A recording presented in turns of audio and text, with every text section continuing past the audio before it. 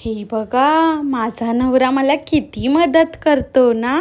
नमस्ते श्री स्वामी समर्थ. माझा गणू घरी असेल ना तेव्हा तो मला कुठेच जायला देत नाही. फक्त घरीच राहायचं किंवा त्याच्याबरोबर फिरायचं. मग आज आम्ही जात होतो सोबत मार्केटमध्ये. जर कधी बाहेर जायचं काम असेल आणि गणू घरी असेल तरी पण मला ना बाहेर मनच लागत नाही. असं वाटतं कधी गणूकडे जाते, कारण तो माझ्याशिवाय ना जेवतच नाही. पाणी पण त्याला मलाच द्यावं लागतं. त्या खाण्यापिण्याकडे तो लक्षच देत नाही स्वतःच्या.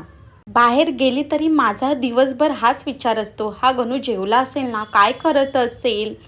खरं तर आम्ही दुपारीच मार्केटला जायला निघणार होतो, पण मला थोडं बरंच वाटत नव्हतं. मी गणूला बोलली, तू एकटा जाऊन ये ना, मी नाहीत. तरी पण गणू बोलला, चल आपण हळूहळू जाऊया. मग काय, आम्ही टॉमॅटो घ्यायला पण गेलेलो. आमचे टॉमॅटो संपलेले आणि आता मार्केटमध्ये हे नवीन टॉमॅटो आले. ह्याला बोलतात गावठी टॉमॅटो.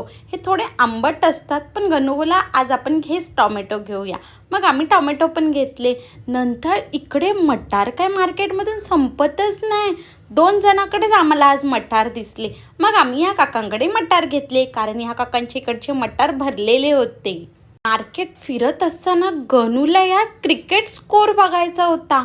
मग काय, बाजूला जाऊन 5 मिनटं थांबलो. आता इथे आम्ही घेणार होतो मेथीची भाजी. आज आम्हाला मेथी 30 रुपयाला 2 भेटली, पण आम्ही एकच घेतलेली, कारण एवढी मेथी काय खाणार. मार्केटमध्ये जात असताना ना माझी नजर या हनुमंते फालुदावाल्याकडे गेलेली.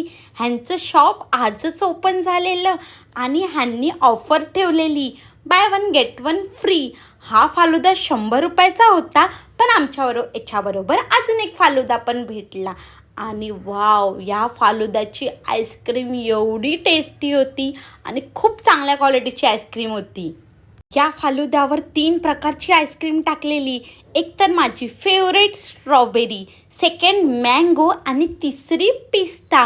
हे तिन्ही पण फ्लेवर मला खूप आवडतात आणि एवढी मज्जा आली ना आज फालुदा खायला.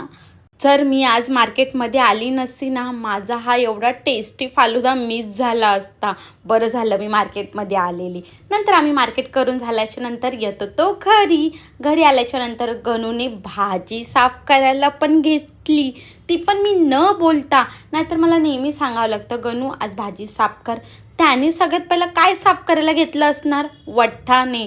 त्याला हे वाटाणे एवढे आवडतात ना, की त्याने साफ करता करता 1-2 तर तोंडात घातलेच.